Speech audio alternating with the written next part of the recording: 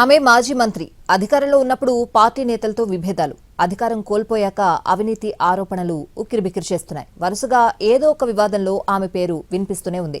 పల్నాడు జిల్లాలో విడుదల Rajani and co ఇప్పుడు హాట్ టాపిక్ గా మారింది. పల్నాడు జిల్లాకు చెందిన వైసీపీ నేత మాజీ మంత్రి విడుదల రజనీ ఆమె అనుచరులపై వస్తున్న ఆరోపణలు సంచలనమవుతున్నాయి.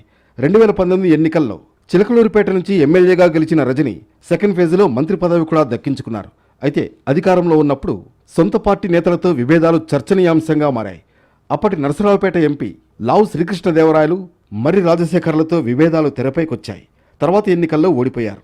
కూటమి అధికారంలోకి వచ్చాక రజనీతో పాటు ఆమె అనుచరులపై వస్తున్న ఆరోపణలు కలకలం రేపుతున్నాయి. ఆమె మంత్రిగా ఉన్నప్పుడు ఎడ్లపాడుకు చెందిన లక్ష్మీ బాలాజీ స్టోన్ క్రషర్ యజమాని శ్రీనివాసరావును 5 కోట్లు డిమాండ్ చేసినట్లు ఫిర్యాదు చేశారు. దీంతో తాను 2 కోట్లు ఇచ్చానని, రజనీ మరిది గోపికి 20 లక్షలు ఇచ్చినట్లు ఫిర్యాదులో తెలిపాడు. దీనిపై ప్రభుత్వం ఏసీబీ విచారణకు ఆదేశించింది.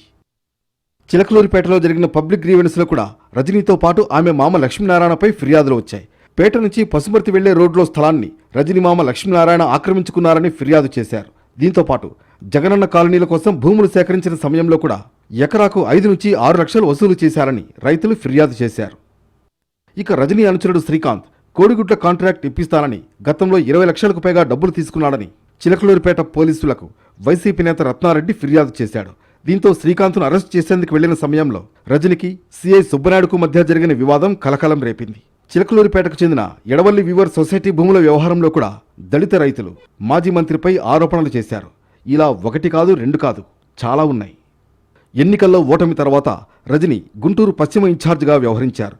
తర్వాత చిలకలూరిపేట వైసీపీ సమన్వయకర్తగా నియమించారు.